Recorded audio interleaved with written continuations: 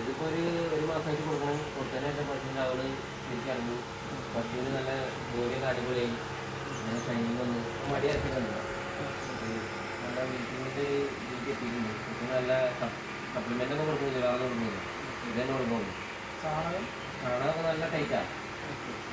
വേറെ കറക്റ്റ് കിട്ടുന്നതിന് തെളിവാണത്. പിന്നെ എല്ലാ പശുക്കൾക്കും ഞാൻ ബാരാമതിയുടെ ഇതാണ് കൊടുക്കുന്നത്. ക്രീം, മാക്സ് ക്രീം കൊടുക്കുന്നത്.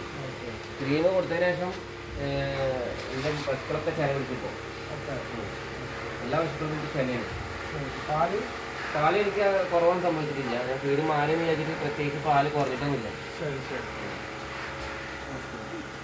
മെയിനായിട്ട് ദഹനം കറക്റ്റ് നടക്കുന്നുണ്ട്.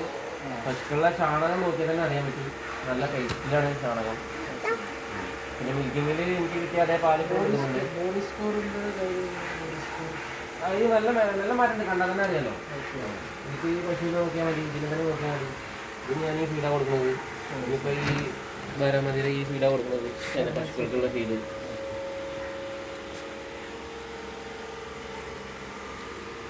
വേറെ സപ്ലിമെന്റുകളൊന്നും കൊടുക്കുന്നില്ല.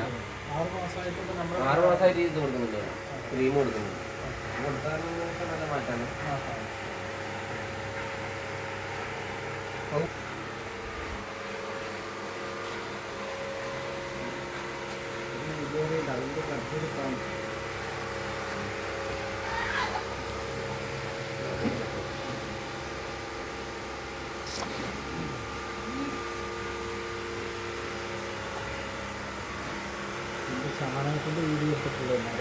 അതും കൂടി ഒന്ന് ക്ലബ് ചെയ്ത് തരണം.